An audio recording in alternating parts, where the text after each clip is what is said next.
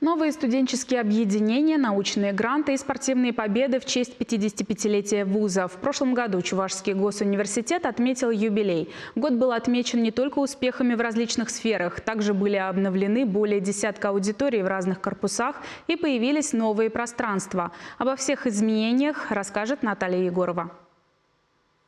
В год, отмеченный красивой датой, активизировались все вузовские движения. Студенческие объединения придумали марафон «55 добрых дел». По республике организовывали масштабные субботники. Самый масштабный у нас пришел на Макринском мосту, где мы приняли участие более 200 как жителей Чувашской республики, в том числе и студентов. Причем добрых дел удалось сделать наполовину больше, чем планировалось. Год оказался щедрым для вуза и на победы, как в спорте, так и в научных достижениях. 55 студентов сдали нормативы ГТО на золотой знак. Женский баскетбольный клуб ЧГУ «Атланта» стал дважды чемпионом лиги РЖД. Команда чирлидеров завоевала гран-при Всероссийского фестиваля студенческого спорта. Молодые ученые Чувашского госуниверситета получили 3 гранта Российского научного фонда. 5 студентов стали победителями Всероссийского конкурса «Твой ход» и получили по 1 миллион рублей на собственное развитие. Но для большинства студентов самыми значимыми стали изменения в аудиториях и коридорах корпусов. Многие пространства стало не узнать. Нас порадовало, что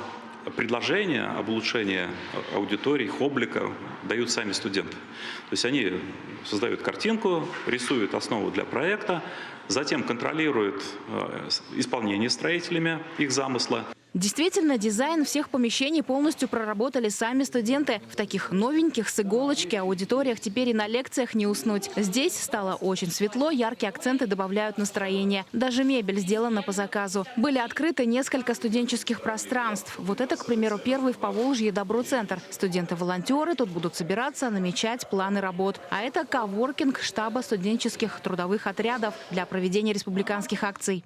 В дневное время в аудитории проходят учебные занятия. Здесь у нас обучаются технические факультеты, у них проходят здесь лекции.